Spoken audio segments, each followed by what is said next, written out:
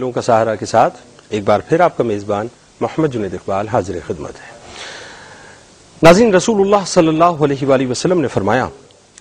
کہ ایک دوسرے پر حسد نہ کرو، بغض نہ کرو، دھوکہ نہ دو، پیٹھ پیچھے ایک دوسرے کی برائیاں نہ کرو اور ایک دوسرے کی غیبت نہ کرو۔ اور ایک موقع پہ رسول اللہ صلی اللہ علیہ وآلہ وسلم نے فرمایا کہ غیبت سے بچو، کیونکہ غیبت زنا سے بھی بری شے ہے، اس لیے کہ آدمی زنا کرتا ہے اور توبہ کرتا ہے اور اللہ تعالیٰ اس کی توبہ کو قبول فرما لیتا ہے، مگر غیبت کرنے والے کی توبہ اس وقت تک قبول نہیں ہوتی جب تک کہ وہ اس شخص سے معافی نہ مانگ لے اور وہ اس کو معاف نہ کر دے جس کی اس نے غیبت کی ہو۔ اور ایک اور موقع پہ رسول اللہ صلی اللہ علیہ وآلہ وسلم نے فرمایا کہ اے وہ لوگوں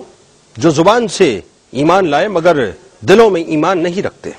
مسلمانوں کی غیبت نہ کرو، نہ ان کی رسوائی کی جستجو میں رہو، کیونکہ جو کسی بھائی کی رسوائی کے درپے ہوتا ہے اللہ تبارک و تعالیٰ اس کی رسوائی کے درپے ہوتا ہے، اور اللہ تعالیٰ جس کی رسوائی کے درپے ہوتا ہے اسے اس کے گھر میں بے عزت اور رسوا کر دیتا ہے۔ اور ایک روایت میں ناظرین اس طرح سے آتا ہے کہ اللہ تعالیٰ نے حضرت موسیٰ علیہ السلام کی طرف یہ وحی فرمائی کہ جو غیبت سے تائب ہو کر مرا وہ آخری شخص ہوگا جو جنت میں جائے گا، اور جو غیبت کرتے کرتے مر گیا وہ پہلا شخص ہوگا جو جہنم میں جائے گا۔ میں ناظرین آج یہ جو غیبت کے حوالے سے بات کر رہا ہوں بہت ہی روٹین اور بڑا ہی عام سا موضوع ہے، لیکن پرابلم یہ ہے کہ آج کسی بھی مجلس سے اٹھ کر چلے جائیں، آج کسی بھی محفل سے اٹھ کر چلے جائیں، کسی بھی محفل میں چلے جائیں، کہیں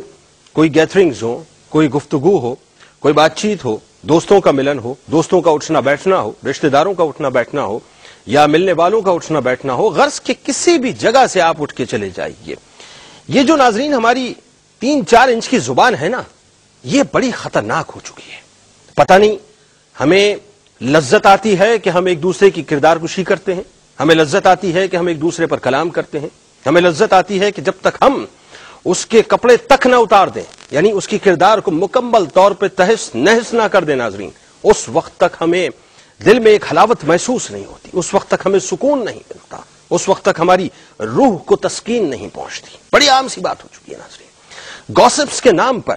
ہونے والی گفتگو کس وقت غیبت کا رخ اختیار کر لیتی ہے ہمیں اس کا اندازہ ہی نہیں ہوا کرتا، اور نتیجہ یہ نکلتا ہے ناظرین کہ اس حد تک ہم استدلال کر کے بات کر رہے ہوتے ہیں کہ دیکھیں میرا مقصد کسی کی غیبت کرنا نہیں ہے،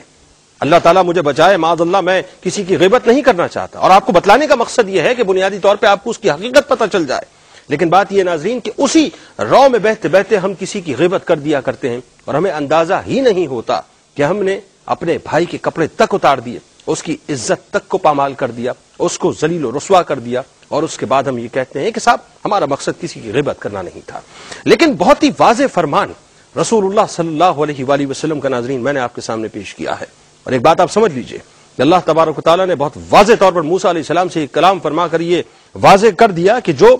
غیبت کرتے کرتے تائب ہو کے مرا، یعنی غیبت کر رہا تھا اور توبہ کی، تو جنت میں داخل ہونے والا وہ آخری شخص ہوگا، اور جو شخص غیبت کرتے کرتے مرا وہ جہنم میں سب سے پہلے داخل کیا جائے گا۔ میں اپنا جائزہ خود لوں ناظرین، آپ اپنے محتسب خود ہیں، ہمیں ضرورت نہیں ہے کہ ہم کسی سے جا کر اس کی تشریح کروائیں یا کسی سے جا کے اس کی تفسیر کروائیں، ہمیں ضرورت نہیں ہے کہ ہم کسی کے کلام کو سنیں، ہم خود اپنے کلام کو سننے والے، اپنے کلام کو کرنے والے ہیں، ہمیں کسی عدالت میں کھڑے ہونے کی ضرورت نہیں ہے ناظرین، ہم خود اپنی ضمیر کی عدالت میں کھڑے ہو کے یہ دیکھیں کہ آج کس حد تک ہم نے غیبت کے رواج کو عام کر دیا ہے اور کس حد تک ہماری زبان جو ہے وہ غیبت کی لذت سے اپنے آپ کو پراگندہ کر چکی ہے۔ آپ رہیں گے ہمارے ساتھ اور ہم رہیں گے آپ کے ساتھ، ملاقات ہوتی ہے آپ سے اس مختصر سے وقفے کے بعد۔